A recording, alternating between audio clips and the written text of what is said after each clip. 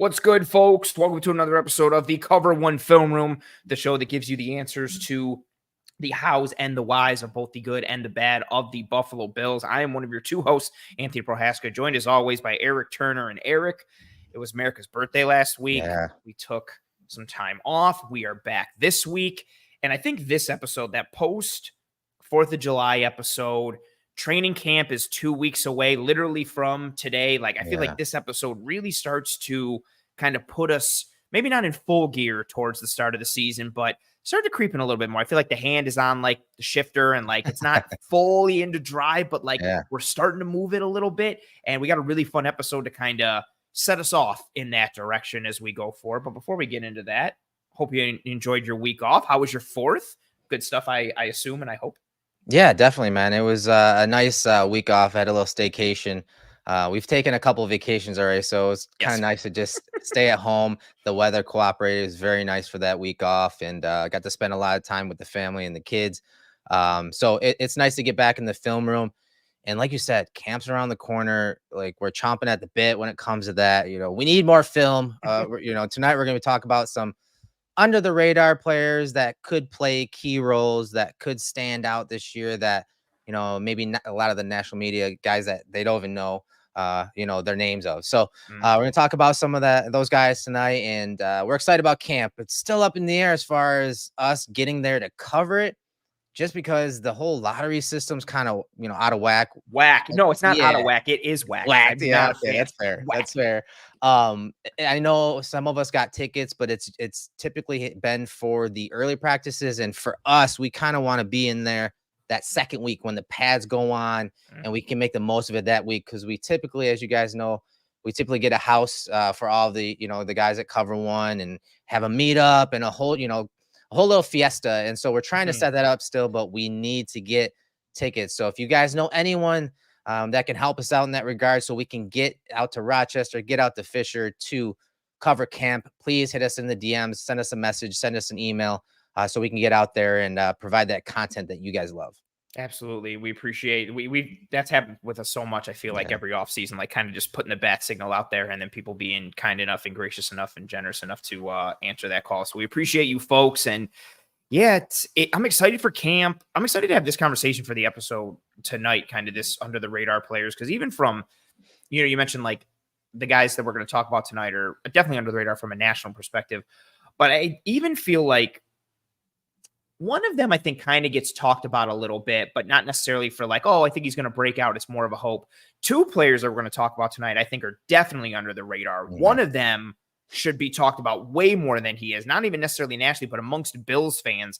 This is always a fun conversation to have, because so many, especially depending on how the previous season ends, and then obviously what happens in the offseason, certain, and I don't want to say narratives because that makes it sound like they're not true, but certain storylines get pumped and pushed more than others. Mm-hmm. And with this offseason being Joe Brady's first full offseason, everything with Stephon Diggs, the jettisoning of all these defensive leaders and snap getters, there's so much from, I think, a high level perspective to talk about, especially majority of it, Diggs and Allen, and then Joe Brady. And then someone that's like Poyer and Hyde and Trey White and Terrell Bernard is awesome. Let's talk about him. Let's talk about why Ed Oliver's awesome, or maybe disappointed us. Von Miller. But it's nice to get in with these guys tonight that we're going to talk about and show the film for them and have some metrics, because I think the three players who we chose, and a fourth who we're going to talk about as well, really have a chance to make an impact, like you said, but also kind of, I think, push past expectations for people. Or this episode, I think, also has value because it maybe kind of might change expectations for people and kind of show you who and what a player already is, and kind of change the perception of him for fans. Because again, one of them especially, I don't want to spoil it, just does not get talked about enough. Right. The low-hanging fruit, as you had mentioned, those storylines, the big names, Diggs, Von Miller coming back, those type of low-hanging fruit you're going to see that in the national news. But some of these guys tonight, we talked about turning of the guard, right? When it comes to losing Hyde and Poyer and White at those positions, turning a guard, I mean, we could have really have named this episode that, because with the first guy we're going to talk about, Connor McGovern, supposedly, allegedly is getting shifted inside the center. It's been pushed almost too weirdly by the Bills this entire offseason. And so when we talk about, under the radar, when you talk about, turning the guard, and when you're leaving Mitch Morse behind now and he's with Jacksonville and moving on, and now you're bringing McGovern, a guy that played very strongly and solidly at guard last year, and bumping him inside the center to that pivot position. Talk about turning of the guard. Like, Mitch Morse, he's our guy. You know that. Like, he's been our guy for many years. He was very, crucial to Josh Allen's development, really from the shoulders up when you're talking protections and identifying who the Will and Mikes are and all that good stuff prior to the snap. It was very important to Josh Allen's development. And so now you're going to, Connor McGovern, but in many ways, McGovern's game resembles Mitch Morse in many ways. And so he's going to be fun to talk about, man. So let's start with him. Let's start off from McGovern. Obviously, he has experience at center, going back to years at Penn State. What are your thoughts on that move and maybe what he brings that resembles Morse, but also what the little, change up or curveballs that he has that maybe Morse didn't? There's two main ones for me, and we've talked about him a bit, especially when we broke him down when he came to Buffalo from Dallas, and even a little bit offseason when we were, again, just like completely, I don't want to say flabbergasted, but like shocked by just the wave of moves that happened and that kind of announcement. I like that you mentioned the similarities to Morse, because I don't think, we've applauded Mitch Morse and spoken so highly of him as being like arguably the best movement center, one of the best movement linemen in football. Like, his ability to get out in space, his athleticism, his functionality climbing to the second level, like either moving vertically or horizontally. He was just so good. And McGovern is not that, but I don't necessarily think that's a knock against McGovern. I think it's just because Morse was one of the best, but he has some shades of that, just not as much. I think what the strength of his that I lean towards the most, or what I'm excited to see the most, and again, something we talked about, like his anchoring ability on the interior. If there was one kind of knock for Morse, and again, I think it comes with smaller type of center, size and frame, which means you're better in movement. You're not going to hold up as good against big 330-pound dudes who want to bull rush you and push you back into the pocket. There were some times where the integrity of the depth of the pocket was compromised a bit. You could see Morse kind of get pushed back a little bit and some worries with there. I think with McGovern, that's mitigated a bit. His anchoring ability, the way he fits his hands, uses his punch, and just we've seen him anchor regularly from his time in Dallas to his time here. He can do it in a variety of ways. He can take that aggressive kind of jump set, or he kind of let the guy come to him. So I think maintaining that integrity and how he pairs with Edwards and Osiris Torrance, kind of rounding that out a little bit, protecting that piece. I think that's something that he offers a little bit better than Mitch Morse, even though you're going to see some of a downturn in terms of the athleticism and overall movability, whether in space or just in close quarters. Right. I think if we're talking movement, getting out into space on pulls and stuff like that, Morse has been one of the best since he's come into the league. He's explosive out of his stance, can get out into space, has that longer range when it comes to that, getting on the perimeter, on those pin and pull runs, those QB, keepers out there on the edge and the perimeter of the defense. I'm going to miss it so much. I just love watching it. It's just out in space, leading the way. Oh man, I wish him the best in Jacksonville though. That was and then the Mitch Morse went from Patrick Mahomes to Josh Allen to Trevor Lawrence. Like, he knows how to pick them, man. And I was talking to Erik Wood about the kind of the differences, and he also agreed with us when it comes to that, that athleticism. You're not going to quite get that from McGovern. He doesn't have that type of range. But I do think there's not much of a drop off when you're talking pass protection. He's super patient. He's a guy that is very good at staying level with his teammates, so that when those stunts and twists come, he's on level with the guy next to him. Something we broke down a bunch when you look at his film. I think in the run game, when it comes to, say, when they want to run those inside zones, run between the tackles, in many ways, he's similar to Morse as well. He's more positional, right, than physical. He's not a guy that's going to really move a guy against his will, right? If a guy is trying to anchor down, more times than not, McGovern, much like Morse, one-on-one, especially in those base blocks, you're not getting a lot of vertical displacement from that guy because of the physicality. A lot of times, and I think this is why it's a good shift for McGovern into center, into that pivot spot, is when Cromer wants to run those type of vertical displacement plays, those inside zone runs, those split zone runs, a lot of times that center is really just the leverage, right? Get your hands on the guy, and then you're having your hulking guards create that displacement. We talk about it all the time on those combination blocks, those feed blocks. I think that's why it sets up well for McGovern at that pivot position, because he's got the guards next to him to help create that movement. But the one thing that really stood out to me when just looking at the physical measurements is the length that he's going to bring at center. Morris had 32.25-inch arms. McGovern has 34 1/8 inches. And that's really important, especially when you're talking about the Bills offensive line and how defenses attack the Bills. A lot of time the defenses want to send some of those odd front looks, those 5-man rushes, and they're getting that man-on-man protection where, that Hawaii 5-0 we always talk about over the years. And, those stunts and those crazy 2- and 3-man twists start coming, having a guy like McGovern with those long arms. And again, we don't know who's going to start at left guard, but hypothetically, if it is Edwards, his arm length is 33 1/8 inches. Having guys with long arms helps in winning first touch, winning on those stunts and twists. It wins in the run game as well when you're talking, hey, that initial punch to help the backside offensive lineman getting to the next level, getting a piece of the guy. Even if you're not able to lock on, you're able to use those long arms to kind of wall him off and let the running back make the cut. That length is really what stood out when you're looking at the measurements of Morse and McGovern, and again, maybe Edwards if he starts a guard, or even Lyle Collins if he's like a long shot to start there at guard as well. That's a great point, especially with how much Aaron Kromer values, hand usage, as we always make the joke about on this show. And part of it, like, this is going to sound so stupid, but it's easier to kind of use your hands if you have longer arms attached to those hands, and you can win first touch. Right. You have that initial position. You have that initial punch.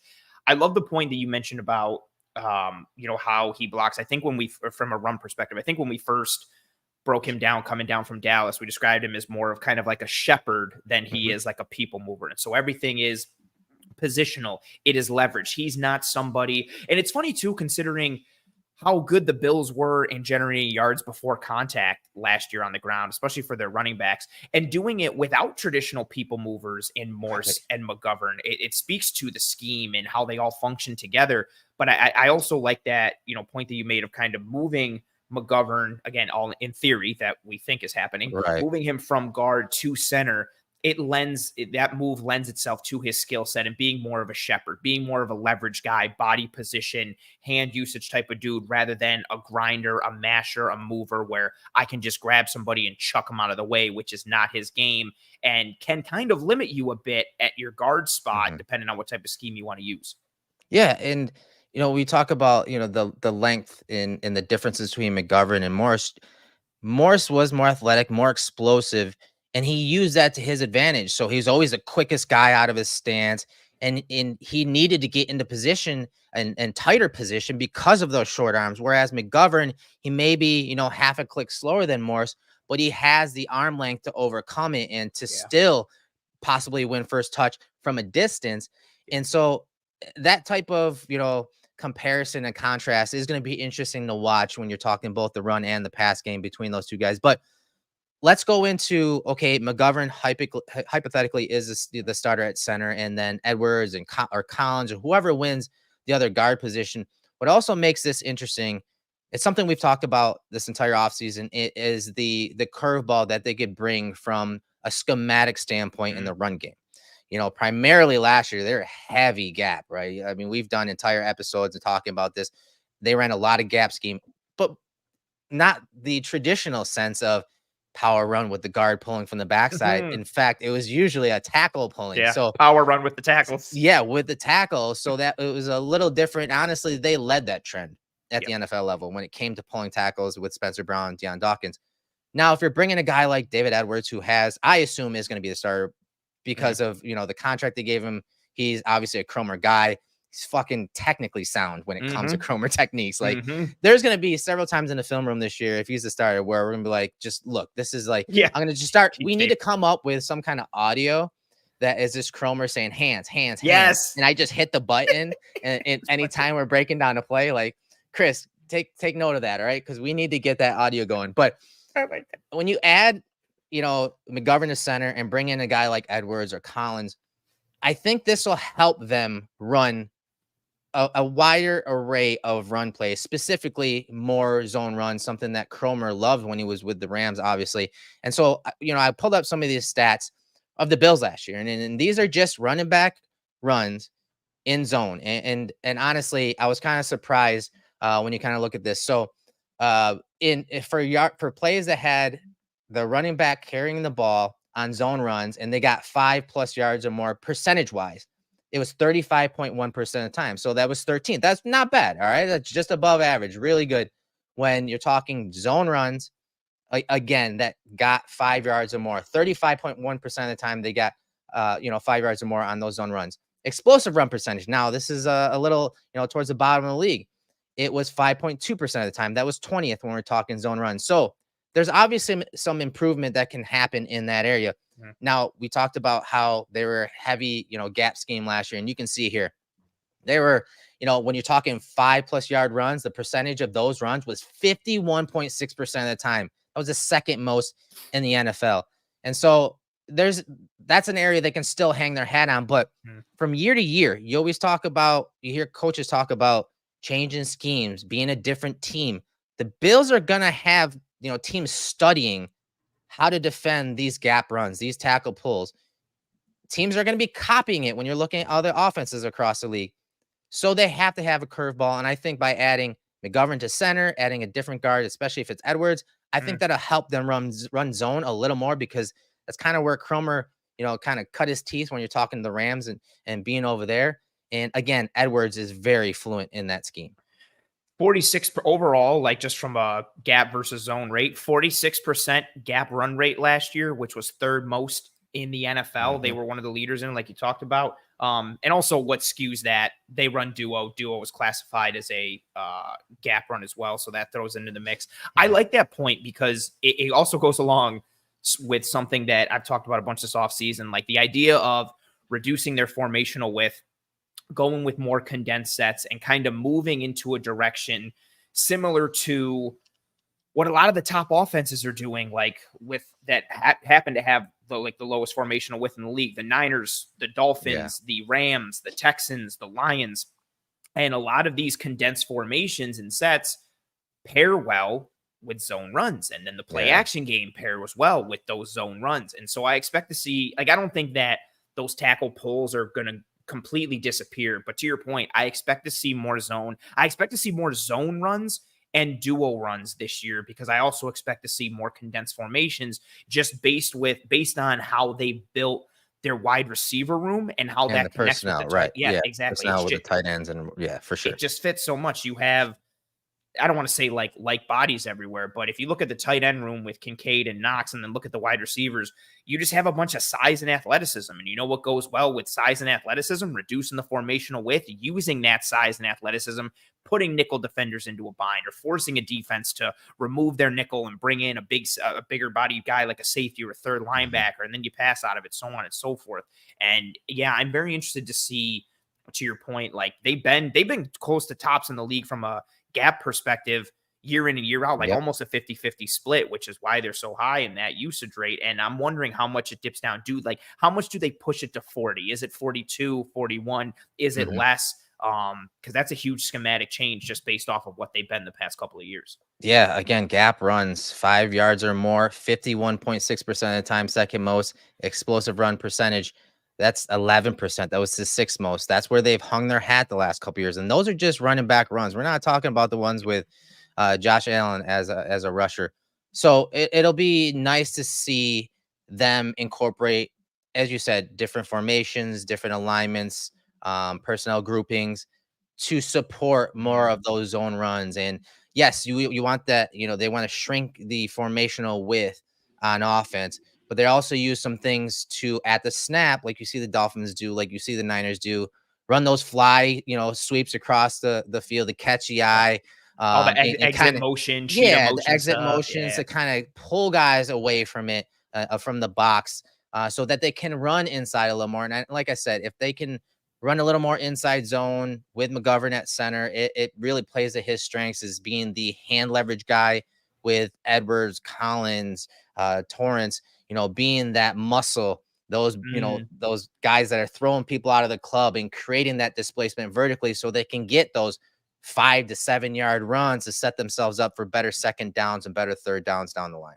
Yeah. And that's a huge part of this offense, like in just the run game in general. This is not again, as much as people were happy to see him go or think he's not the same player that he was, like Stephon Diggs was an integral part of this Bills offense. And you don't have that go-to dude that you knew could win in pretty much any down and distance and situation against almost anybody lined up across from him.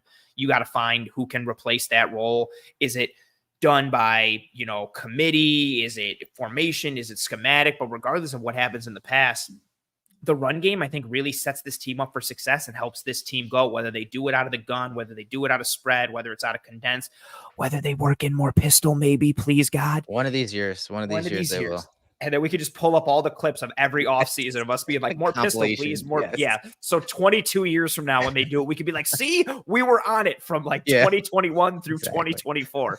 That run game is going to be tremendously important. So seeing how McGovern falls into that plan, how the offense ties into that as well, is a huge piece. And now the show is called The Film Room. So Erik, let us stop the talking and do the filming. We got a couple of clips here, McGovern and the run game and the pass game. And we talked about how he's good as, that hand leverage here. You see him get hand leverage on the defensive tackle. And then you see the driver right here. You see Deion Dawkins create that displacement right there.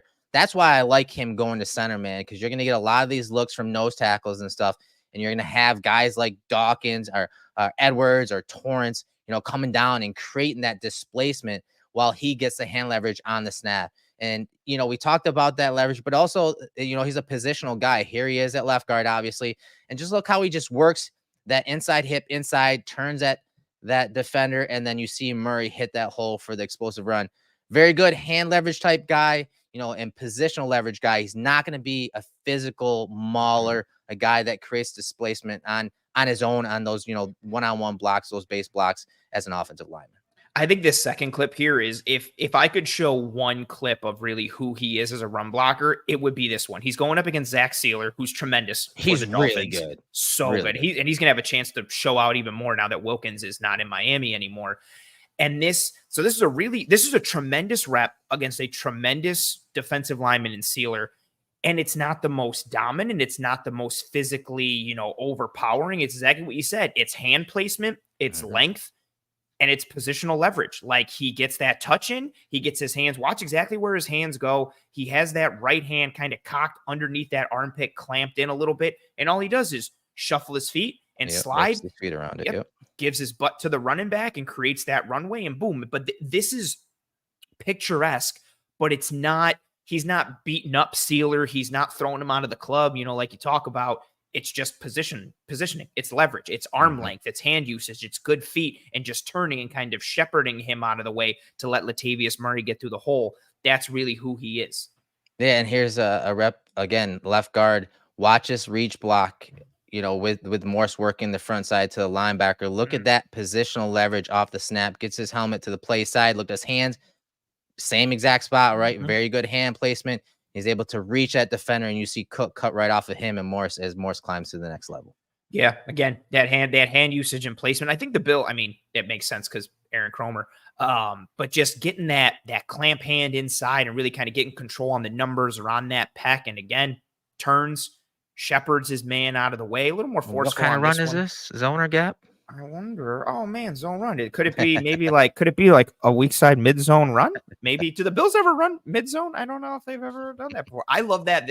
They literally, this play, they ran this like 7 or 8 times in this game. They would send Sherfield in motion and they would run it away from that bunch side. They'd have Edwards in as the 6th offensive lineman, like he is here. They would send Sherfield in motion and they would run weak side mid zone. And it would drive me nuts. Like I liked it because it worked for the Bills. But as a football person, it drove me nuts because this was the week after they just spammed all the tackle pull stuff against Dallas. And I was like, why is the defense not adjusting? Like the Bills literally just kept showing the same look. But if it's not broken, don't fix it. Shout out to Morse climbing to that second level. And again, another good example of McGovern just body positioning, getting his butt into the hole and giving that nice, clear, clean alley for the running back to get through. Yeah, and so this rep from the Patriots game, I just love because of, again, that length. We talked about his length earlier. Right here, watch him as Bentley fast flows over the top of the defense. Watch how McGovern has to kind of compensate. He's got to use those long arms and just wash him down. If he wants to go down there, down the line of scrimmage, take him down the line of scrimmage, and then you see Cook cut off of that. that is where that length will come into effect and come into play when you're talking McGovern versus Morse in many ways, where Morse would have to be up into the guy's face using his quickness to win that position off the snap. McGovern isn't necessarily going to win that way all the time. And so maybe a guy beats him to a spot. You'll see McGovern be able to kind of recover by using those long arms and that hand placement.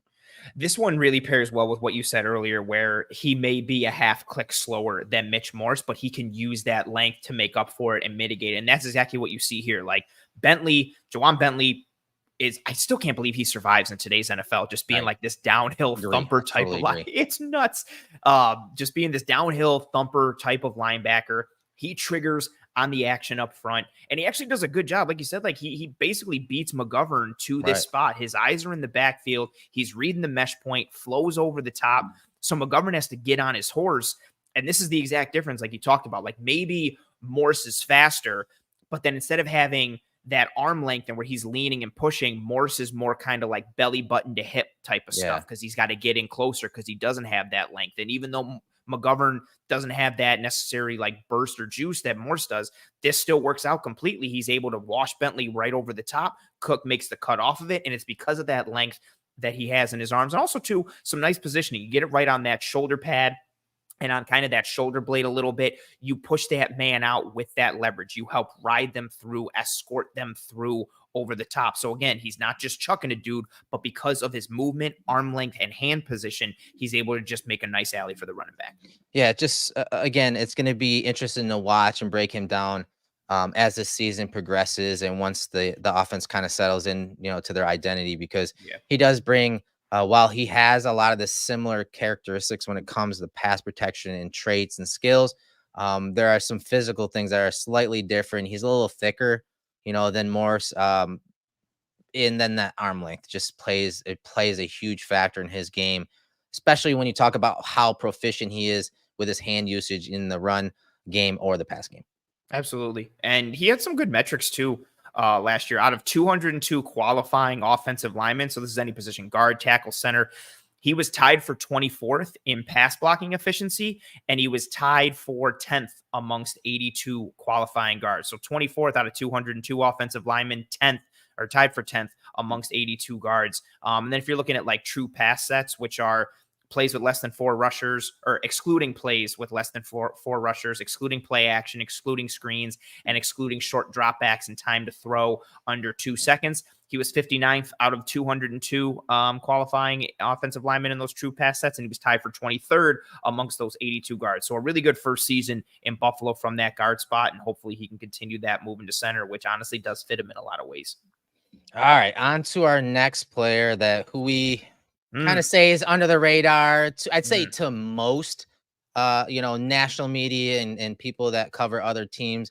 I think he caught a little love the last couple months because of PFF kind of calling him out as a similar type player under the radar, maybe a guy that you don't know about. But that is Christian Benford, cornerback for the Bills. And, I feel like this conversation started with this tweet from Junior Fort Gang a couple months ago when it comes to the cornerback snaps and seeing Benford in that upper quadrant right there on the left side, and his ability to, really shut down wide receivers when he's in single coverage. So Christian Benford, man, there's a lot we can talk about when it comes to this player and, what we like and what he brings to this team. So I'm going to give the floor to you, man. What is so appealing about this guy, and why do we think he really is a starting cornerback for the Bills going forward?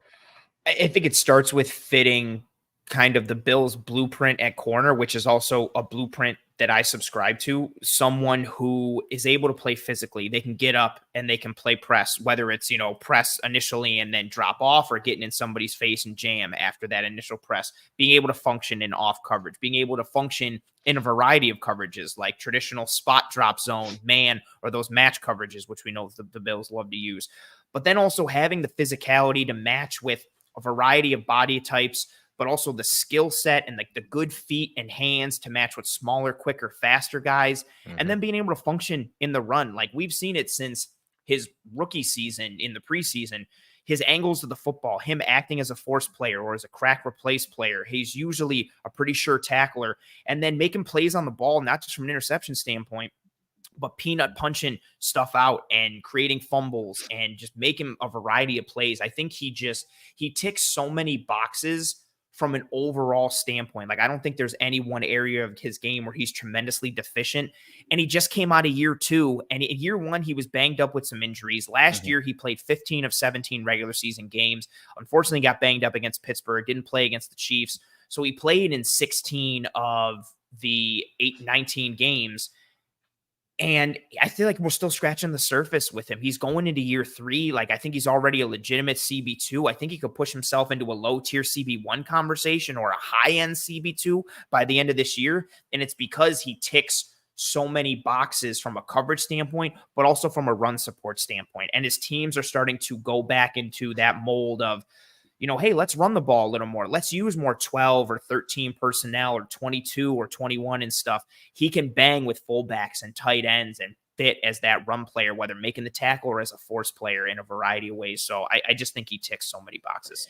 RJ says, with no disrespect to Benford, what is the reason why he doesn't get more hype? Is it because he doesn't move the needle when it comes to playmaking ability?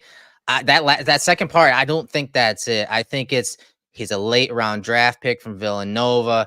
He's a guy that, there were talks that he may even, shift to safety position, which usually means you're not good enough to play corner. Every offseason, even this one too, everybody was like, hey, should we move Benford to safety? And it's like, no. I think it's his personality. He's a quiet guy, but he's a really good technician. And when you're talking, especially you're talking near the line of scrimmage, he's a guy that, like John Butler loved because he was a quick learner, learned from his mistakes, always knew his assignment. He's just that quiet grinder. I think that his personality kind of lends him to kind of be on the quiet side and not really stand out when you're talking like some of the elite corners that are just very, I say, in the media, really outspoken, almost diva-ish. It's like the wide receiver of the defense, right? I also think like from a playmaking standpoint, because he only has 3 career interceptions, I think people think that means he doesn't make plays on the ball in coverage and doesn't make plays on the ball in general. And I think that's like a box score stat that people see and are like, oh, he's not really doing much. And that paints him in a much different light. Right. And even that, I say, yeah, okay, he's not getting interceptions, but one, think about the scheme he played in the last few years in a zone heavy scheme. And, he's very good at spacing and deterring passes. That's not going to show up in the box score. But think about this. I mean, he's had, a ton of breakups over the last couple of years when you're talking, passes defense. Over the last 2 years, he has 15 passes defense. As you said, he's only got 3 or 4 interceptions. And so, yeah, he's not getting the interceptions, but as you're going to see in some of this film, he's always at the catch point. And so when you see that chart that we brought up about him not allowing a lot of separation when he's in coverage and single coverage, and when you look at, him, being impressed as much as he had, something that we, prior to, starting recording tonight, I saw a stat from True Media saying that 59.6% of his snaps in coverage have been in press. That was the 6th most among all corners the last couple of years. Kaiir Elam was 65.9%, which is the 2nd most percentage of snaps in press. Those two, like Kaiir, that makes sense. He's that guy. I didn't expect that with Benford with as much bail off technique that he played. So to have the 6th most, 6th highest press percentage, 59.6%, I was kind of shocked at that. But that also, again, it plays into the first chart, not allowing a lot of separation, his technique and being in the right spot, being at the catch point all the time. It all makes sense. He's impressed nearly 60% of the time, the 6th most. He's not allowing a lot of big plays against him. He's got, 4 pass breakups on go routes, 8 PBUs with no pressure on the quarterback. So 8 out of 10 were when the quarterback was comfortable in the pocket making these throws. So it just lends to everything of him being steady, reliable, a technician, as you said, a Buffalo corner through and through.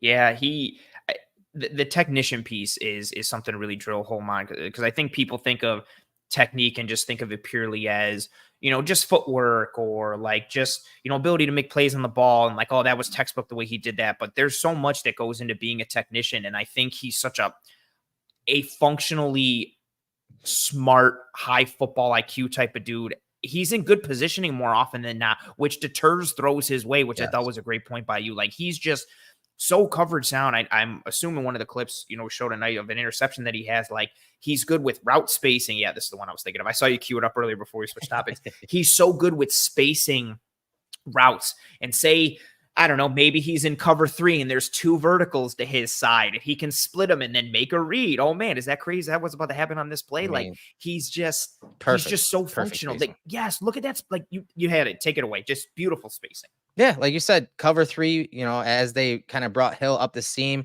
to avoid the press jam of Taron Johnson and kind of rerouting him. Hill's at full speed already, and now this throw isn't the best, but you see him splitting the 2 verticals. That is literally technically sound when you're talking assignment football. And now he goes up and makes a play at the catch point on Hill. This is perfect technique and really good assignment play. Again, as the Dolphins try to do that little motion with Hill and give Hill the free runway, he gets up the speed, but Benford is there to make a play. Yeah, he splits those 2 routes. Achane on the outside, because who's that number 1, and then Hill in the slot there, who's becoming that number 2. He reads it. He sees Tua kind of cock back and chuck it downfield, so he goes full tilt and goes down. And not only is it starts well with that spacing and the recognition, as you've got Rapp flowing over the top. Like, that's also a good point too. Like, they're in cover 3. Rapp is that post safety, but based on the look they were showing initially, there's a pretty good hole. Like, Rapp has to haul ass from that short side of the field to literally get into the post. That's a huge spot. And yes, like, before anybody gets in with the jokes, if Tua had a better arm or if he throws more upfield, sure, maybe it's a different yada yada. I'm not even want to get into that. It's just such a great play from Benford, spacing those 2 routes initially, and then the finish. Look at the ball tracking. His eyes are on the ball the whole way, and look at him go up and get it. Like, that's like, those are, I don't want to be too dramatic, like, that's like a wide receiver level play. You're going up and getting that. You're high pointing the football, making a play on it after you space the route well. That's good eyes. That's good speed. That's good acceleration. That's good ball tracking, and then good hands to finish at the catch point in kind of like a contested catch. And that also too, like, that's a big game. That's a big game moment. Like, I still don't think that play, that one right there, gets talked about enough. Like, I think people, when they think of Christian Benford, need to think of that play because of how much of a high level play that is. That play is under the radar in addition to Benford being under the radar. And plus, when you're a corner in the Bill system, you better be able to read patterns and concepts. And the Bills do a lot of pattern matching. This is their trap coverage. So, post snap, the coverage may change based on the route distribution by the tight end and the wide receiver to the top of the screen. As this guy gets vertical, now Benford has his eyes on the quarterback. It's still zone, but now it becomes essentially man coverage as Godwin breaks to the boundary. You see Benford read the quarterback's drop, where his eyes are, initially looking down the seam, but then he reads that Godwin's breaking to the out and breaking to the boundary. He makes a play on it right at the catch point. And so for those of you, that trap coverage aspect, if that slot receiver were to put his foot in the ground at the 20 and break out, Benford's jumping him. He's going to jump there. That's why his eyes are in the backfield. He's reading number 2 to number 1. That slot receiver is number 2. Godwin would be number 1. And then exactly like Erik has highlighted there, if that you get an out from that slot receiver, Benford jumps it. Taylor Rapp would then flow over the top to carry Chris Godwin, who would be going vertical. So Benford's reading it, but you don't get that. Number 2 stays vertical. So like you said, it turns into basically man coverage there. Puts his feet in the ground against a good wide receiver, against a good route runner. There's not a lot of wasted movement. Like, he drops, he reads, puts his feet in the ground, and then the angle that he takes to the football. This also isn't like, this is actually a pretty good throw. Baker Mayfield tries to put it to the sideline. He tries to put it away from Benford, as much as he can. But the length of Christian Benford, in addition to the angle that he takes to the football, allows him to get that PBU. It's all just efficient. There's not a lot of wasted steps. There's not, a rounded direction, roundabout way to the ball. He takes a couple steps, breaks down, triggers, goes, straight angle, arm length, pass breakup. Yeah, and he had a great game against Tampa Bay. Here's another one, a quarters coverage type look here.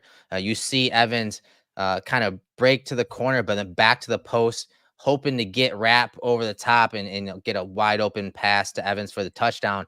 But you see Benford get on his horse, stay over the top, kind of guard that outer corner, right? That back corner route, that flag route. As the ball goes to the post, and you see him work to the back hip of Evans. And right here, as Evans is coming down along the back line with the ball, you see Benford right there, punch it out, and you see it better from the end zone angle. Like, this is just a great play and discipline from Benford. As seeing obviously Evans, their primary target here, get down the field and make a play again at the catch point. This is why I like when people say he doesn't have playmaking ability. This is playmaking ability to stay in this play, even though technically this is not even really his area. You see him at the catch point, punch it out to create that incompletion. This is a play made by Benford, and one that, again, several from this game where he made plays on the ball, but he's always around the ball, whether you're talking pass breakups at the catch point or, as we'll see later, creating turnovers, by creating fumbles. This one is right up there with that peanut punch that creates a fumble against the Patriots. Like, just the hand-eye coordination, the precision. He's watching Evans the whole way. And then as Evans goes to tuck that ball in, there you go. Like you highlighted the ball with the telestrator there. Benford wraps around, punches down, and knocks it right out. That's also where, again, that arm length comes in, like, which we should talk about as well a little bit. Like, not only does he tick so many boxes, but his size, his frame, his length, like, he allows you some margin for error in certain aspects because he's quick enough to kind of close ground.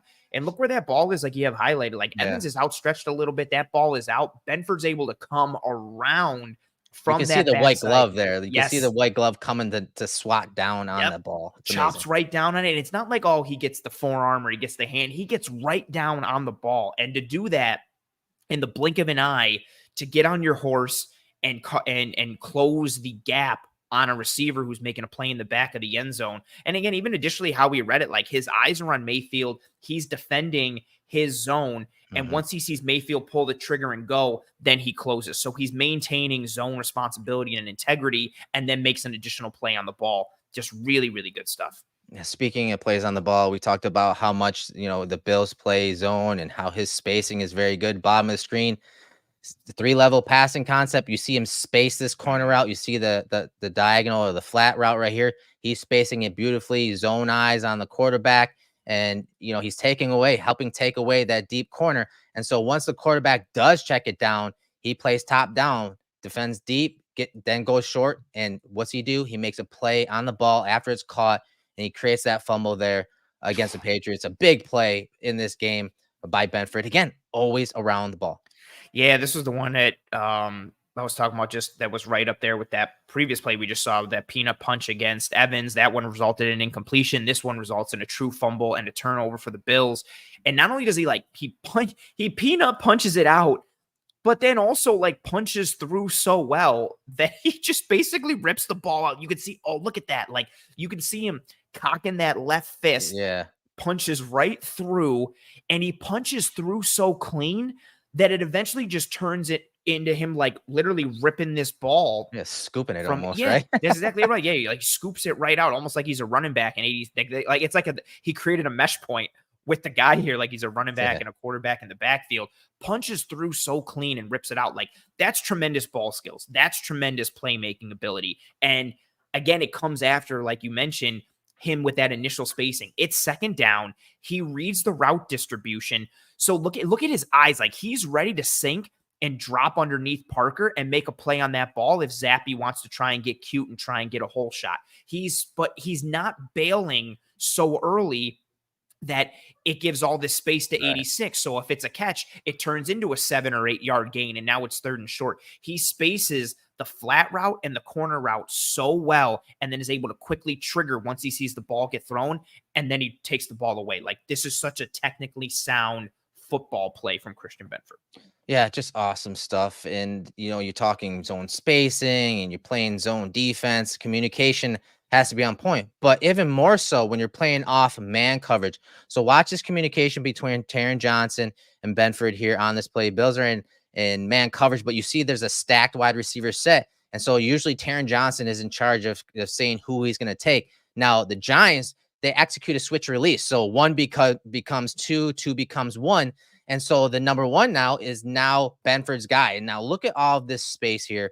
And the Giants with Tyrod Taylor at quarterback are trying to get him deep from off coverage. And this is, as a corner, this is a scary position to be in, off coverage. And we're talking like several yards off, 7 yards almost off, in a guy getting a full head of steam. And I'm pretty sure, is that Slayton as well? Yep, So he's that's fast. Slayton. He can fly. Yeah, he's running kind of that out and up type move. But you see, again, collision point with Slayton. Boom, hands on him. He connects. He gets in phase, and then he stays with him. And now he doesn't panic. The ball's in the air. He doesn't panic.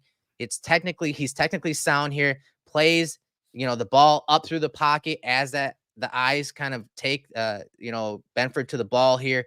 And you see him come up and punch up through to create that pass deflection. And we're talking technique, man, from off coverage, a position for a corner. When you're talking this type of space that's precarious at best, like this is one hell of a play against the Giants. And it was on 4th down.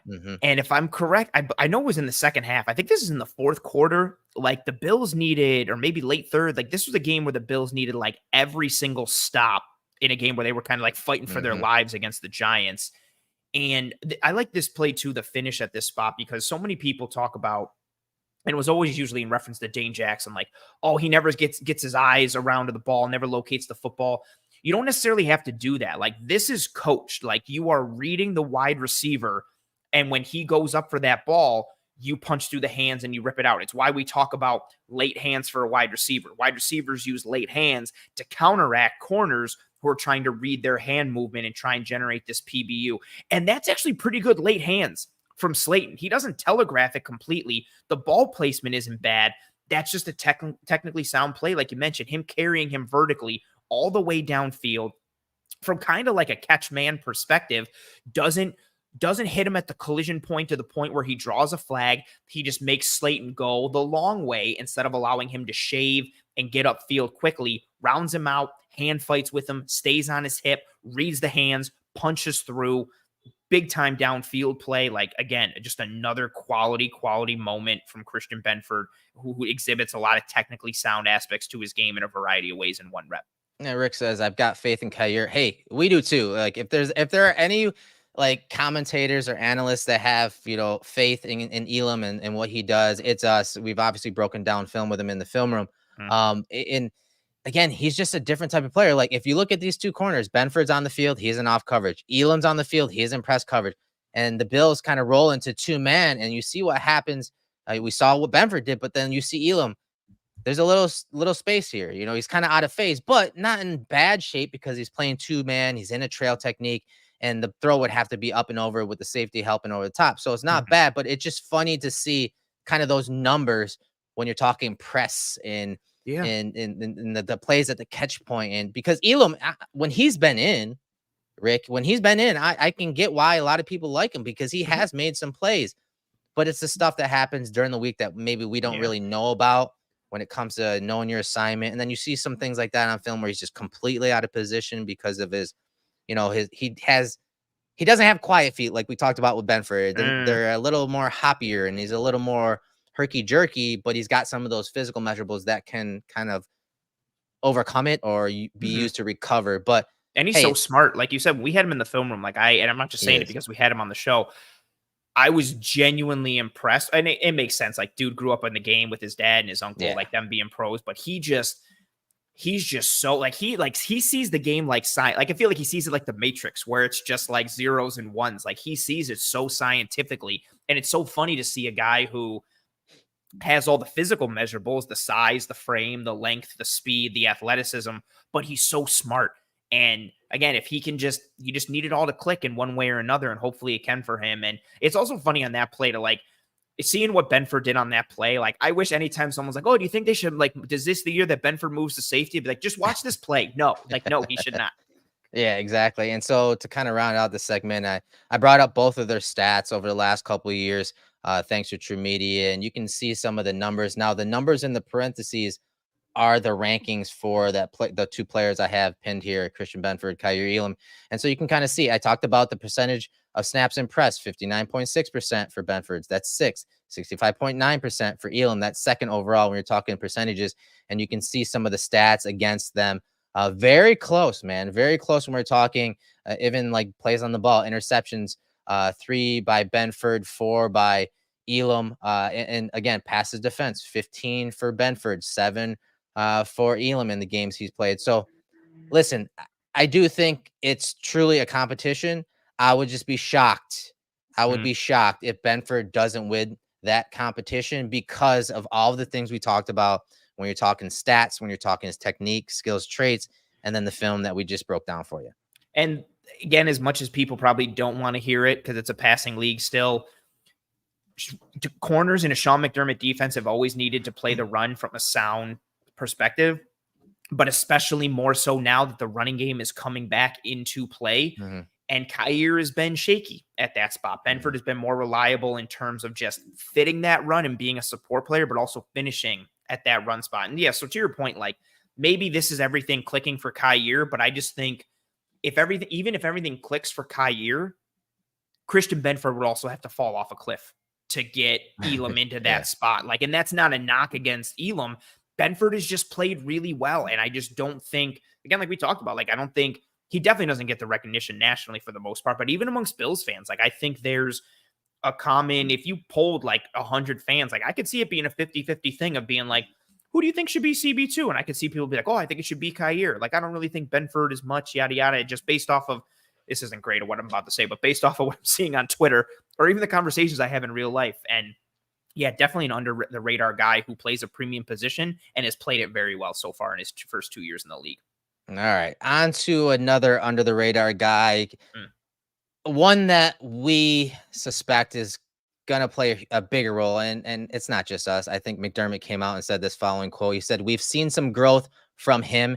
Him is AJ Epenesa. We need to see even more consistency now because the role he could be in this year is one of those starter roles. And so that consistency is going to be important for us." So AJ Epenesa, man, he had a hell of a year last year as a rotational guy. And with Leonard Floyd moving on, the role that he played to me just seems perfect for AJ Epenesa. He didn't get the snaps that Floyd did obviously last year, but I expect it'll be his role this year when you're talking snap percentage and snaps and reps and whatnot.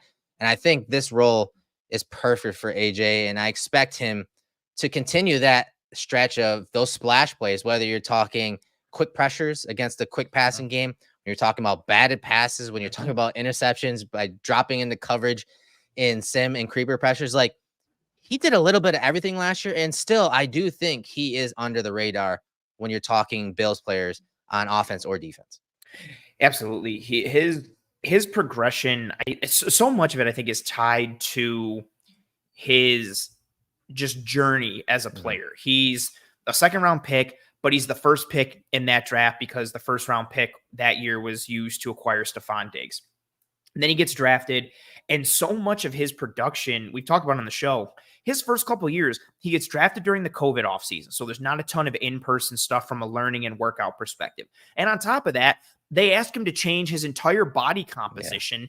And because he changes his body composition, that changes his play style. So he's having to learn a new play style, get down to a different weight and body composition, and adjust to life in the NFL during COVID all at once on the fly. That's a lot. And I think that's why his first couple of years, the progression was a little more plateaued. But I think what we saw last year and even towards the end of 2022, kind of going on an upward trajectory. I think he's improved a bit as a run defender to be more reliable in that aspect. But even just from a pass rush standpoint, and you got it queued up here, the spots from True Media, no matter who you look at, like if you want to use pass rush productivity from PFF, he was tied for 27th last year amongst 118 qualifying edges, was also first in batted passes, like you mentioned, which is a legitimate aspect of his game because he has one of the quickest get-offs in football, is great at reading the quarterback. Oh, there's some stat too. I think Next Gen measured it of like guys with the quickest get off, and he was like tops or like top 3 in the entire league. His get off is tremendous. The athleticism is starting to play. And from an efficiency standpoint, he really had a very good year last year. Right. So and you can see the pass rush defensive snaps on the bottom of this chart, and you can see the pressure percentage for the player on the left side, working at, again, top to bottom. And AJ Epenesa is up there, right there with Greg Rousseau, right up there with many across the league. but he just didn't have the snaps that Floyd got. And this is what I'm saying. So if you increase AJ Epinesa snaps to somewhere around where Floyd is nearly 400 instead of 233, I think you're going to get the type of, obviously the sacks. Like Leonard Floyd had 10.5 last year. AJ had 6.5. If you increase his snaps, I expect the same type of production from AJ Epinesa. And maybe it doesn't plateau or kind of fade as the season goes on, like we kind of saw from Leonard Floyd last year. Maybe he's able to sustain that. And so if you look at, again, 398 snaps for Floyd last year, 233 for AJ Epinesa when we're talking pass rushes. Third down pass rushes for Leonard Floyd last year he had 119. Greg Rousseau had 98. AJ Epinesa only had 56. So again, getting him on the field for some of those third downs, those obvious pass rush situations where he can just pin his ears back, doesn't have to process, run the pass, and get, a tackle right on him immediately and use that burst and just go get the quarterback on those passing downs, those third downs. I think you can expect his flash plays, those splash plays to continue when you're talking AJ Epinesa. That's such a great point in terms of like not having the volume of pass rush snaps and then even kind of less of the volume from a known passing situation. Like if you get a pass rush rep on first or second down, you can't really sell out because you have to honor the run. And then imagine if there's a play action like thrown into that mix as well. You're getting less of a head start. So that qualifies as game. Exactly. Out, all these things that kind of mitigate your volume numbers, which is why these advanced metrics and showing things from an efficiency standpoint really start to put things into perspective. And this is a great graphic here too, showing the pass rush reps on third down and where, these, I can obviously say the big four, but the big five really kind of factor in. Just if he can stay at that trajectory from an efficiency standpoint, and if you increase in volume, some of that tremendous efficiency will dip a little. Right. But I really don't think it's going to dip to the point where he's going to fall off. Yeah. Again, here he was up over 20% on third down pass rushes when you're talking pressure percentage, right there with Greg Rousseau. So again, if you give him some of those edge rush reps on third downs, it's not going to be up over 20. It'll probably be, well, I would expect it to be a little higher than Floyd, but it's not going to dip any lower than Floyd when you're talking third down pass rush snaps. Because again, you talked about, hey, first and second down, it's a different mentality. And so Leonard Floyd, most of his sacks were on third down and he was just able to pin his ears back. And so I just expect AJ Epenesa's production to continuously to stay steady at the very least. Those splash plays, they're still going to be there with the increased reps. And I think this is really that year for him. I think he had I wouldn't call it a breakout year last year. I think this may be that opportunity this season, just because again of the sample and the reps. But man, it's hard to not think that this role for him, the Leonard Floyd role, isn't perfect for him. And I imagine that's what McDermott was talking about when he said that you're playing pretty much a starting role for them, because again, they like to roll those guys at the edge position and defensive tackle position. So it essentially, he may not be the DN1 come week one because depending on Von Miller and his status, but it's still a starter role for this Bills defensive line. I also like what he brings from an athleticism standpoint in coverage. Like it may seem so small, but early on last year, before all the injuries hit the Bills, their 5 and 6 man pressures, their simulated pressures, their creeper pressures, all these things that they could do to change the pre to post snap picture to the quarterback. Epinesa was a part of it. That pick 6 against Washington, a couple of those batted passes, like his ability to function in space, and again, in the underneath as a coverage guy, he showed athleticism, size, and length, but he also showed like legitimate, like kind of coverage reading ability and like an ability to kind of function out there. That just adds one more added layer to kind of play games with offenses and play games with quarterbacks. It's not going to be his predominant role, but it's just another little tip of showing kind of how effective he can be and what he can do with this defense or for this defense, the more snaps that he gets. And honestly, it was something that maybe as fans that saw it, that Commanders game where he intercepted the pass, it was surprising to us, but all the players were like, he does this. Yeah, he does it all the time. Practice. He's got a knack for that. And so, yes, for a team that doesn't like blitzing a lot, generally speaking, having a defensive end that can drop out, clog the passing lanes, create those bad passes, but also create turnovers by getting interceptions. And it's not normal. It's not normal. And but it's a good thing to have when you're talking as a defensive coordinator in the playbook and the different simulated and creeper pressures. Still sending 4, but which 4 are coming is really the curveball. And again, to go along with the measurables and how he does clog those passing lanes. It's fun. It's fun to watch when you're breaking down film. Yeah. Now, aside from that, we're going to talk about some of the pass rush stuff that he brings in. Typically when you have a guy that aligns next to Ed Oliver, especially when Ed Oliver's in this wide alignment, usually good things happen. And one thing I picked up on from these 2 last year is they kind of would fake stunts. So you're going to see Epenesa kind of, initially stab inside with this wide alignment. Usually offensive linemen are like on alert, like, hey, there's some kind of game coming right here. So he fakes that. And what it does is it kind of gives him a short edge right here. And that's when he can use that, his quick hands or his long arm to really win that edge. And you see him do that here. Unfortunately for the Bills, Burrow gets rid of it out to the flats, but it's a minimal gain on this play. And you see the defender make the tackle, Terry Johnson make the tackle for that short gain. But these are the type of things that the Bills can do with Ed Oliver, but also AJ Epenesa because of his burst, explosiveness, and some of that hand usage that he's developed over the last few years. I love the hand usage. If I had to only talk about 2 things for him, it would be that quick get off and it would be that hand usage in a variety of ways. And I think his hand usage last year showed up a lot from a pass rush standpoint, and it showed up consistently versus top tier tackles, top tier talent.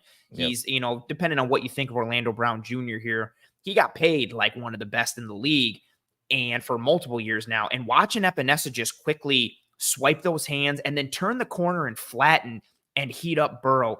He gets Brown off kilter, like you said, because of that fake game initially, kind of how he stabs inside with that left foot, and then just hits him with a couple quick swipes like, nope, don't touch me. Nope, you're not going to get any hands on me. That causes Brown to he's already off leverage, and he kind of keels over a little bit. It's just a couple of quick swipes. You see that regularly from him. This game was the one that really opened my eyes.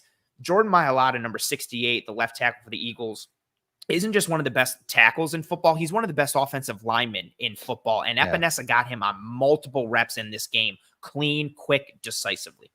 Yeah, and he's in a kind of a wider alignment, more of like a 7, not quite a 9. But again, he kind of stabs inside with Phillips in that wide alignment, stabs inside. And again, that gives him that short edge. It gives him that ability to almost take this 7 technique to a 5 technique where he can use that length and those quick hands to go with that burst. And so he's kind of putting it all together here. You see that chop right there. He's able to win the half-man relationship and once again, win that edge. And he's able to get a hit on Hurts here. He had a great game. There's a couple clips from this game by AJ Epenesa, but I just love how, the coaches are using him and how they're, again, kind of faking these stunts inside to get the tackle to kind of stop his feet, to create that short edge where now he can maximize that burst off the ball, but also the quick hands that he's developed.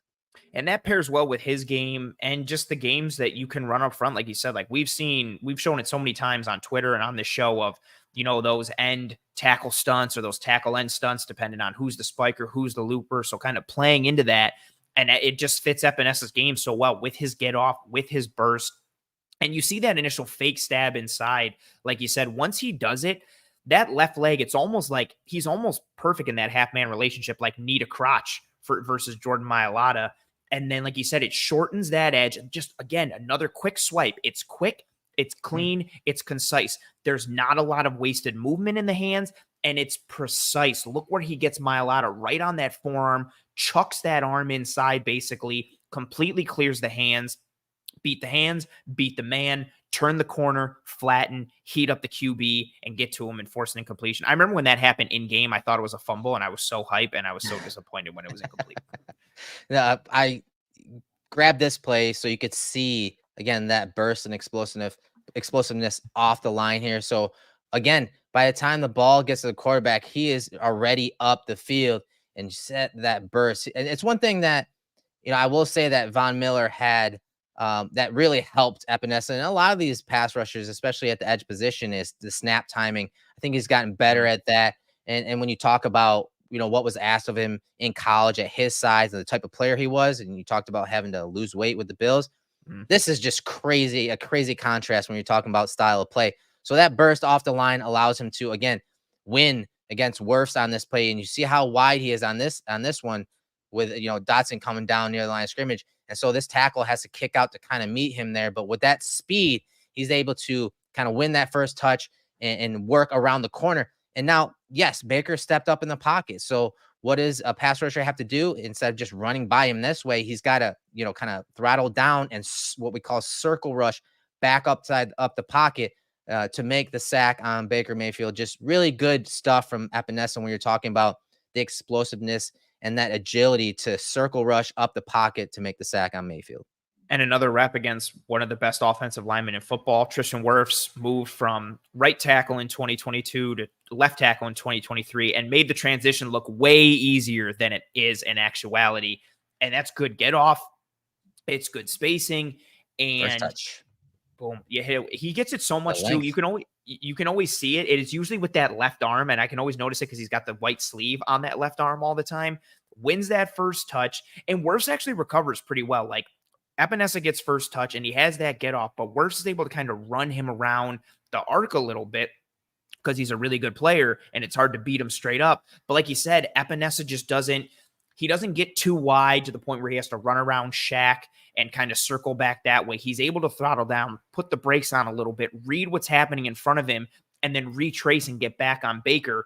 There's multiple ways to win, right? Like sometimes it's just clean, quick, and decisive. Sometimes you win initially and then you lose and you got to kind of figure out a way to get back. It's just a good example, this one, especially in juxtaposition with the previous one against Mailata, where he won instantly and finished all the way through. This one, he has a great initial start. Wirfs recovers, but then he figures out a way to make a play at the end after Wirfs recovers. And we talked about winning first touch, and this was the type of player he was in college. He was 280 something pounds. Yeah. He had that length, that power. And so it's taken him some time to get used to, getting that move. This was his move back in college. This long arm, winning this first touch.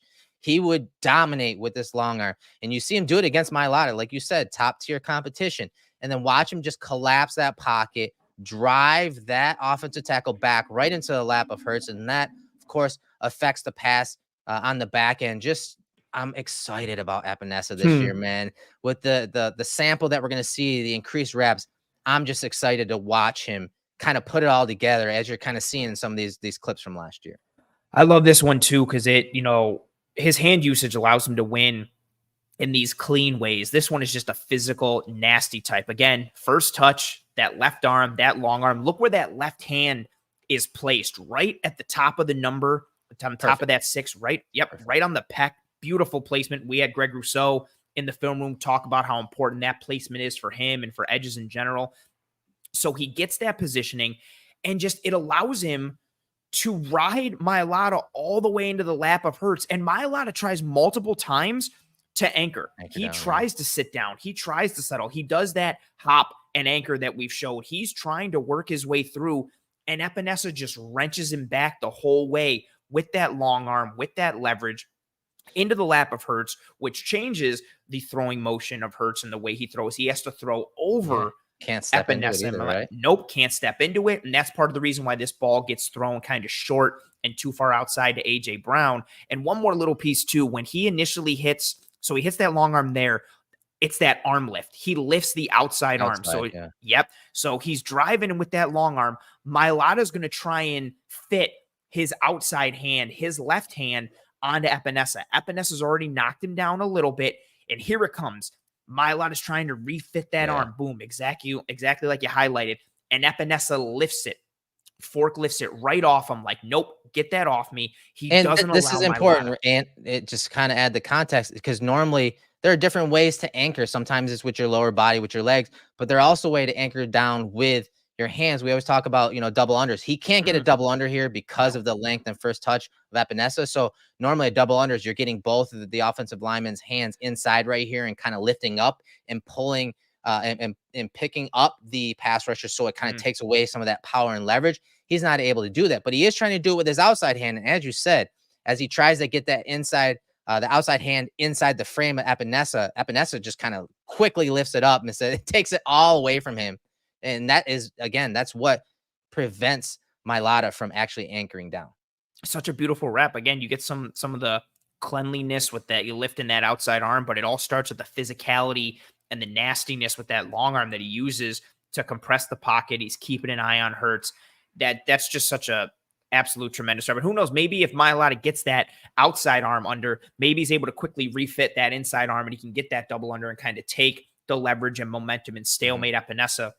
But Epenesa doesn't even give him that chance. And just watching him that's a huge win against a dude who doesn't get beat like that often, who tried multiple times to course correct and adjust.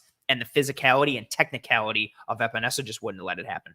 And so we've shown Epenesa win in several different ways, explosiveness, burst off the line, power, some agility, and so this one, he kind of puts it all together. And I talked about Von Miller and his, his ability to help his teammates and kind of learn things. I mean, Epenesa, he didn't have the ghost stab, before Miller came to the team. So you see him throw that long arm again. That was kind of the long arm was his bread and butter over the years. You see that here versus the tackle. He dips under, he rips, he pulls by, flattens. In this play again, in a big moment, creates that strip sack, recovers it. Like, it was a trifecta. He did everything on this play, and it was in a big moment. And so again, getting him more than 56 reps as a pass rusher on third down will only lead to good things from the edge pass rusher in AJ Epenesa. This is such a quality move, and putting it together with what we've shown, like, you're getting some physicality, you get some hand usage, and then now you just get some athleticism and some plan here, like tying it into, okay, I use that long arm, I use that stab, now I'm going to feint it, I'm going to get the left tackle to shoot his hands, and once he shoots his hands, I dip under, and then he tries to ride Epenesa wide. Yeah. But he's got enough core strength to flatten, like you said, and stay on that good angle and trajectory to Trevor Lawrence. Again, just another aspect of his game, really starting to allow him to kind of round into somewhat of a complete rusher. And if he continues on this trajectory, what we've seen the past couple of years, it should mean he's in line for a big 2020. Oh, that's too many 20s. A big 2024, a year where I think he could push for double-digit sacks, and maybe he's the leading sack getter for the Bills, or maybe he's second with 11 because, Group balled out and had 12 or something like that. He's really starting to put things together completely off the edge. Yeah, it's going to be fun. It's going to be fun because, as we said, we expect that role kind of to increase. But I don't think those big plays, those splash plays, whether we're talking interceptions, batted passes, strip sacks, quick pressures, quick wins, it's all there. And he's starting to put it together. As we showed you in some of those clips, he's got a little bit of everything now. Whereas when he was coming out from Iowa, he wasn't even a starter, first of all. He was he played a different type of style and mentality, as we talked about. And he was a power guy, and it was that long arm. And it's really how he won. And a lot of his wins were also from inside at defensive tackle because of how big he was and the power he brought. So he's winning as an edge guy now in a totally different way than, initially come into the league. And so it's exciting to see them put, their eggs in drafting him in the basket and saying, you know what, now's the time. We gave you another contract. We extended you. Now's the time to show up as a starter on the Bills defense. And, he's going into his 5th year in the league. But I just think because of all that was asked of him in terms of changing and learning early on in his career, I think it kind of stunted that growth. And so I don't think that him having another improvement this year and or next year is out of the question. I think he's still growing. I think he's still working towards a positive trajectory and kind of trying to hit that ceiling a little bit. And he gives the Bills, I think, a lot of hope and potential excitement coming off the edge in 2024. And someone else who I think, might kind of tick that box as well, and someone we wanted to talk about quickly as we start to wrap up this show, Dawuane Smoot, who the Bills brought in from Jacksonville this year as a free agent. I don't know if he necessarily has the ceiling of production or the production ceiling that Floyd had last year, but I really do think his signing could be one where we're looking back in October or November being like, man, what another great signing by Brandon Beane, and maybe his best move of the offseason. It kind of reminds me of like when the Bills first brought in, who's the guy from Seattle a few years ago? Is Jefferson? Jefferson. Quentin Jefferson. Yeah. When they brought him in, like advanced stat darling, rotational type player. Now, Smoot generally is a defensive end, but when you look a lot of his film and stats, a lot of his production came in those obvious pass rush situations like you see here, and where they bumped him and reduced him inside a defensive tackle. Over the last 2 years, he has 270 snaps as a defensive tackle. And so you saw that a lot in Jacksonville, which prior to the show, you're like that they're kind of fun to watch because they would use some of those NASCAR type packages, putting, 4 guys, 4 defensive ends as the pass rushers, kind of mugging gaps like this. They showed a lot of aggression, but at times would just only send 4. But which 4? Like you see here, they're sugaring the A gaps here, and then they drop out those linebackers. They're sending 4. But you see Smoot, number 91, why he's so good when they bump him inside, because he is aggressive, he's physical, and he knows how to win versus guards, and he really challenges their lateral ability. You see that guard kind of kicking out here, and you see him attack upfield, but then kind of loop inside and create the pressure. We saw this a bunch from him in a Jags uniform over the last couple of years. He was such a nice chess piece for them for years, with being able to reduce down inside and then pairing him with Josh Allen, the Jags, Josh Allen, and then Trayvon Walker, and Kason and Arden Key and everything that they had up front. They got some hunters. Hunters on that Jags defense. Absolutely. I mean, Bills fans should know that. They've seen that when the Bills lost in Jacksonville several years back, and then even this past year.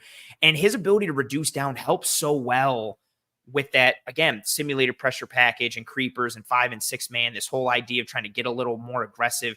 And another rep here of him winning inside against a good guard. That's Quinn Miners. Like, that's a really nice rep. Granted, this is 2 years ago, but you see that quick arm over. He's not the fastest or the biggest quick twitch type of dude, but in that short area, he's got some juice. He's got some burst. He will set up a guard with this move, like we've shown multiple times. And all he needs is that quick stab. And then he's driving back inside. He's going to go for that club with that arm over, or he'll rip through if he needs to.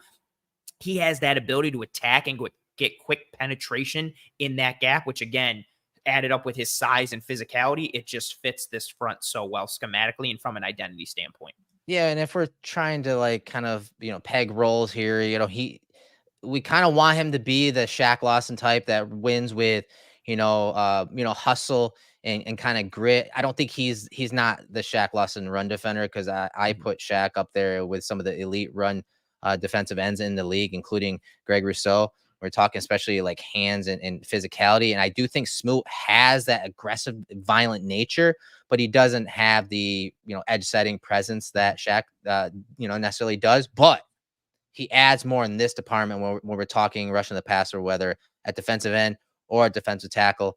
Again, as you see here, winning versus a guard. I think he's going to be an interesting guy. And I could see why a lot of people are picking him to be an under the radar type, because of that hunting mentality that the Jags defense had.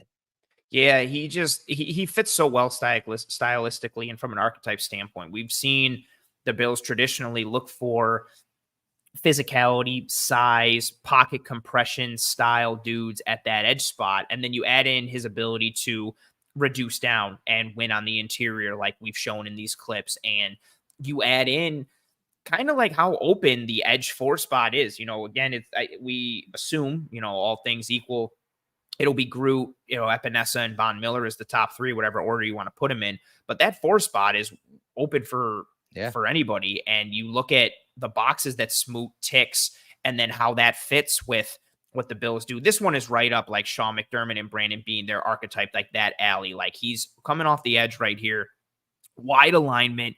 Watch that physicality. Watch that long arm get right into the chest and then lean and just he gets Moses right off his feet completely.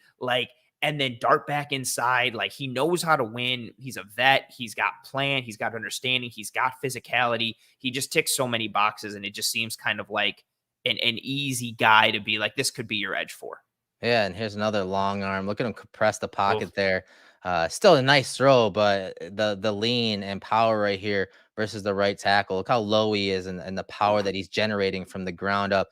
So he's got some violent nature. He's got some aggressive nature, whether we're talking inside or outside. And I think it's one of those pickups, late that it's really just playing with house money. If he can regain form to a couple of years ago and some of those clips like you saw, I think he's a really nice chess piece to have, especially on those obvious pass rush situations when maybe you have a Patrick Mahomes, maybe you have a Lamar Jackson, and instead of putting 2 defensive tackles on the field, maybe you only put Ed Oliver out there and you have 3 defensive ends as those 4 rushers. Now you're playing with house money there, and you're able to attack and have those guys hunt the quarterback. The Bills need to do something a little different when you're talking, those mobile quarterbacks and guys that can extend plays. That is the NFL nowadays. And so tweaking some of the personnel groupings is one way to combat some of those quarterbacks that can break the play, break the pocket and get into a second play. And I think Smoot could help in many ways, whether we're talking inside at defensive tackle or at edge. Yeah, he just gives you a little more multiplicity, a little more variability in terms of your front, and then how that connects into the defense as a whole. And, we talked about kind of getting back to form. So he tore his Achilles week 16 in 2022. Last year was pretty much a recovery year for him. Even when he was playing, he was still trying to get back into game shape, let alone get into pre-Achilles injury shape. Yeah. But in 2022, before that Achilles injury, amongst 126 qualifying edges, he was tied for 36th in pass rush productivity, tied for 56th in total pressures, tied for 53rd in hurries, and tied for 31st in win percentage. And again, there's a bunch of reps for him in there where, because he's so effective as a spiker, where he's just there to cave in a side. Yeah. And he's just pure decoy. So he's not trying to get to the quarterback. He's trying to take out the guard in the center or the guard in the tackle and just create something for Josh Allen or for Trayvon Walker. Exactly. He is a chaos creator and kind of someone who can use as just like a battering ram at times in there. And just with what he did from a metric standpoint and from a tape standpoint, this could be a real nice kind of diamond in the rough signing for the Bills, and definitely someone who's kind of slipping under the radar for the Buffalo Bills. And Erik, as we start to wind down here and say our goodbyes, any last thoughts, comments, questions, concerns, anything you got as we sit here, wrapping this episode up and then starting to, put it into drive a little bit with training camp around the corner and moving forward, covering this team? Yeah, before the season starts, I've been trying to get some players on the show before they head to camp and the season kind of starts from their perspective. It looks like we may have just locked down Osiris Torrance for next week. We may have to record that on a different day, but we'll probably drop it on the normal time. Cole Beasley is someone that I've been talking to a lot lately, and I know he doesn't play for the Bills, but he had his best years in Buffalo, and I want to approach his episode from the perspective of just wide receiver in general and what they're seeing pre to post snap, and he wants to talk about. I told him, hey, it's up to you to what plays you want to talk about, what concepts you want to talk about, whatever you want to talk about, we want to listen. And so he had mentioned bringing up what he sees versus zone coverages, how to, when to sit versus those coverages, why, what he's seeing, things like that. Just so a general wide receiver type episode. So I'm trying to set that up before the season starts. It's been rough the last few weeks when it comes to content and creating content in the off season. And so that's why, a bunch of us had taken some, vacation time and really recharge the batteries before training camp starts, because once training camp starts, it's on for the rest of the year. So it was nice to get away for a little bit, but as I said, we're going to try to ramp things up with some player interviews, some play breakdowns and film breakdowns with those guys prior to the season to kind of bring you content that no one else is providing. That's exactly right. No one does it like we do it here in the film room, just breaking down things schematically, structurally, from a concept perspective, putting things in with, tremendous guests, whether they're national analysts or actual Buffalo Bills players, and really being able to kind of further things from an X's and O's perspective. And yeah, like Erik, like you said, once, again, it's still kind of the dead time of the offseason. 2 weeks from now, Wednesday, July 24th, first Bills training camp practice. From that moment on until hopefully like the first week of February, it'll be kind of boots on the ground nonstop. And I'm already in my head thinking like, man, like if the Bills go to the Super Bowl, how does that impact us with going to the Senior Bowl? Do we got to do Bills coverage that week at the Senior Bowl? How do we manage? Like, yeah, that's a problem that we would gladly welcome. And so, we're excited as we're getting ready and getting closer to real football for the 2024 season. As always, whether it's the dead time, busy time, whatever have you, we appreciate every and any ounce of support that you folks throw our way. We know it's kind of a weird day in Western New York. It's like sunny, but then there's like tornado warnings. Yeah. It was just downpouring outside like 10 minutes ago, and now it's sunny and beautiful. Like, I don't understand what's happening at all. Don't you say it. Don't you say it. Don't say I'm it. not going for ice cream tonight. You're going to get ice cream? I swear, dude. Because I do see the sun over here. It's gloomy and dark. Don't even say it, dude. Don't say the sun you're is coming out, but no, right? I'm not going to get it tonight. I didn't get it last week either because 2 weeks ago I did. Yeah. Last week I did. But that was a holiday week. It doesn't really count. But yeah, we know it's summertime and people out and about. So we appreciate you folks tuning in, whether live, whether post live, whatever have you. If you are watching here on YouTube, please, and thank you. Drop a like on this video. It goes a sincerely long way towards helping us to track and trend in front of more eyes and ears. If you're here on YouTube as well, please turn on notifications for the Cover One Film Room playlist. Subscribe to the Cover One channel as a whole. We have you covered pretty much every single day of the week with varying levels of content. Whatever you're looking for, we got you here at Cover One. If you're listening on one of the podcasting apps or platforms, that's cool too. Please rate and review and subscribe to the Cover One Film Room on Apple Podcasts, Spotify, or wherever you get your podcasts. And that'll do it for us here in this episode of the Cover One Film Room. For Erik Turner, I'm Anthony Prohaska. We hope you folks had a good time joining with us and talking about some under-the-radar Buffalo Bills for the 2024 NFL season. We hope you and your family and friends and loved ones are all doing well and staying safe. Be kind to one another. Take care of one another. Tell all your family and friends and loved ones about how awesome this show and this brand is. Word of mouth is tremendously appreciated. We will see you next week for another episode of the Film Room. Might be live, might be pre-recorded and dropped at this time, depending on what happens with Osiris Torrance. Stay tuned to the Twitters and the handles and the socials for all that communication. Godspeed. We'll see you next week. And as always, go Bills.